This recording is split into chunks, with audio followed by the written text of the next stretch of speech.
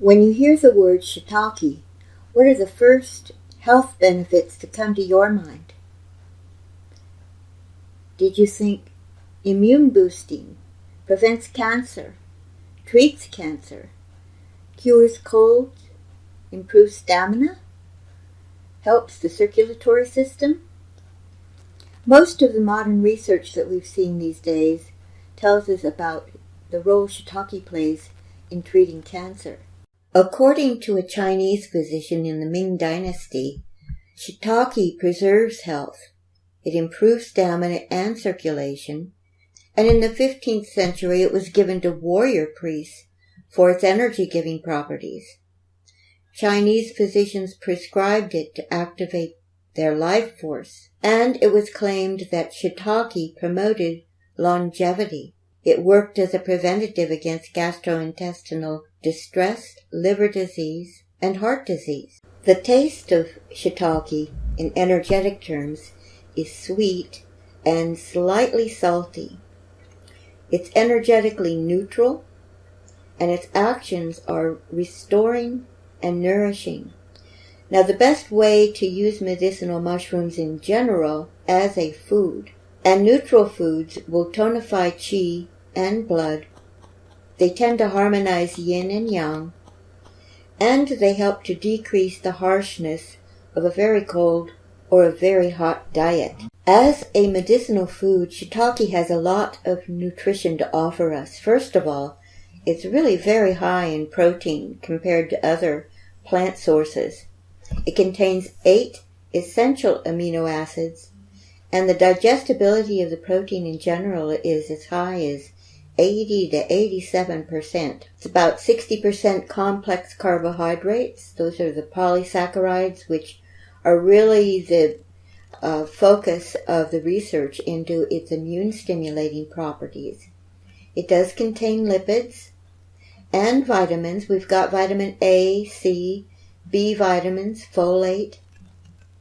And there's something in shiitake called ergosterol, and when the mushrooms are put out in the sunlight, that turns into vitamin D. There are a lot of minerals also. We've got iron, calcium, phosphorus, selenium, copper, zinc, potassium, magnesium, and manganese. So what does shiitake do for our cardiovascular health? First of all, let's take a look at the blood vessels. We want to prevent buildup of material on the lining of our blood vessels, and one of the ways that happens is when too many immune cells bind into the lining. So shiitake has some special proteins that prevent that. They prevent the attachment of too many immune cells to the lining of our blood vessels. Also, they contain beta-glucan. That's a soluble fiber that binds to cholesterol in the gut, and it forms a gel-like paste which absorbs the cholesterol and then expels it from the body. This is how bad cholesterol levels are lowered by eating shiitake. Shiitake also helps to prevent heart disease by lowering blood pressure. It works as a mild anticoagulant as well. Oral ingestion of whole mushroom extracts has been shown clinically to modulate certain immune functions. One of the main constituents they're looking at is called lentinin, and it seems to work better taken with the whole mushroom than as a separate extract. It's quite powerful against tumors. Its anti-tumor action is described as being host-mediated because it enhances cell-mediated immune responses, and that seems to play part of its role in its anti-tumor activity. Another interesting side of shiitake is how it can act as a prebiotic. Aging is characterized by impaired immunity and unbalanced gut microbiota. Prebiotics, which feed the gut microflora, have the capability to prevent or reverse age-related declines in health by modulating the gut microbiota. And mushroom polysaccharides have been suggested to be potential prebiotics. There was an animal study done on aged mice that showed that one of its polysaccharides was successful in restoring these age-attenuated immune responses, and that they also partly reversed the age-altered composition of gut microbiota. So it seems that there's some beneficial effects of these polysaccharides on enhancing immunity and improving gut health. Other significant aspects of its immunomodulatory effects are increased host resistance to bacterial and viral infections. Lanthiamine is a cyclic organosulfur compound that's partly responsible for the flavor of shiitake.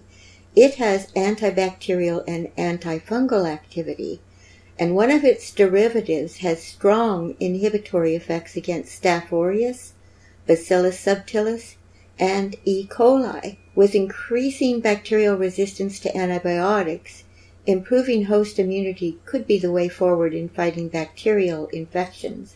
The studies in this area are relatively new, pretty exciting, and most of them have been done on how shiitake can be useful against gingivitis, and that's something that's a result of inflammation of the gums due to a buildup of a microbial biofilm. Shiitake mushroom extract lowered the numbers of pathogenic taxa without even affecting those associated with health. A heteroglycan protein fraction from the extract stimulates the production of interferon gamma in splenic cells.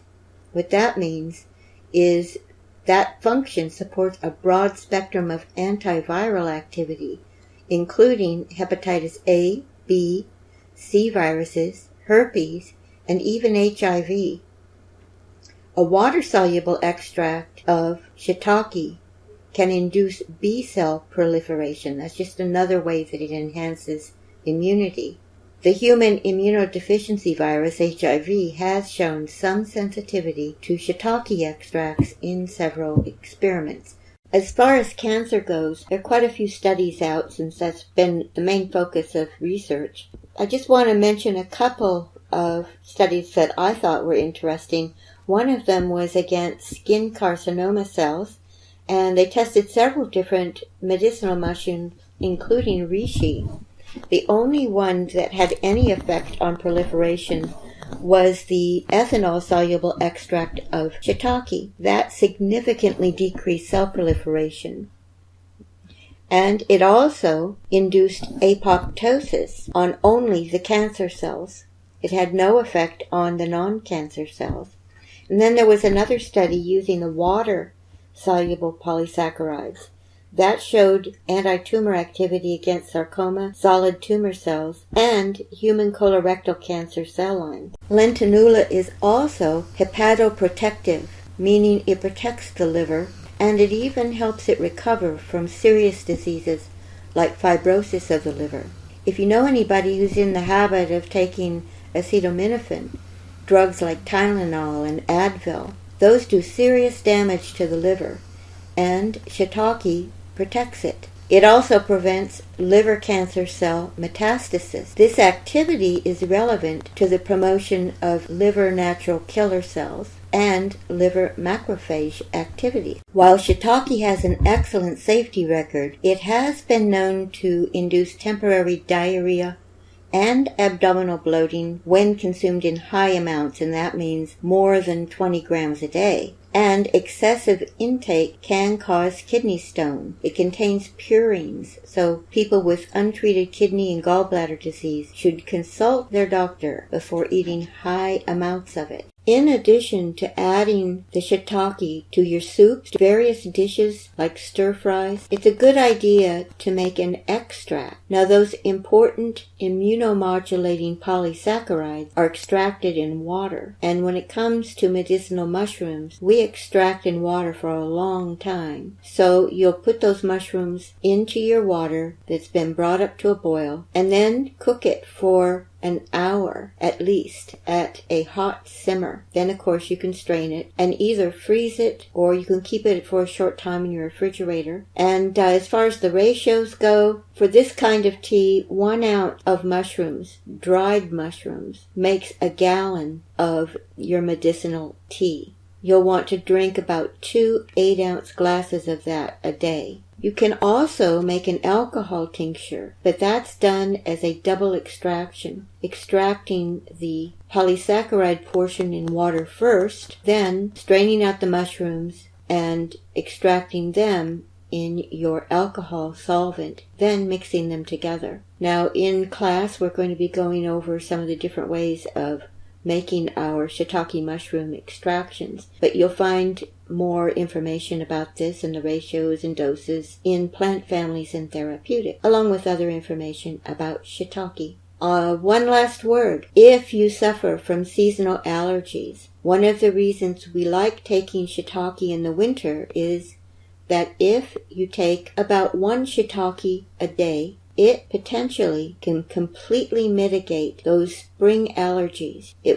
will reduce them. It will possibly even terminate that hypersensitivity of the immune system to whatever you're allergic to in the spring.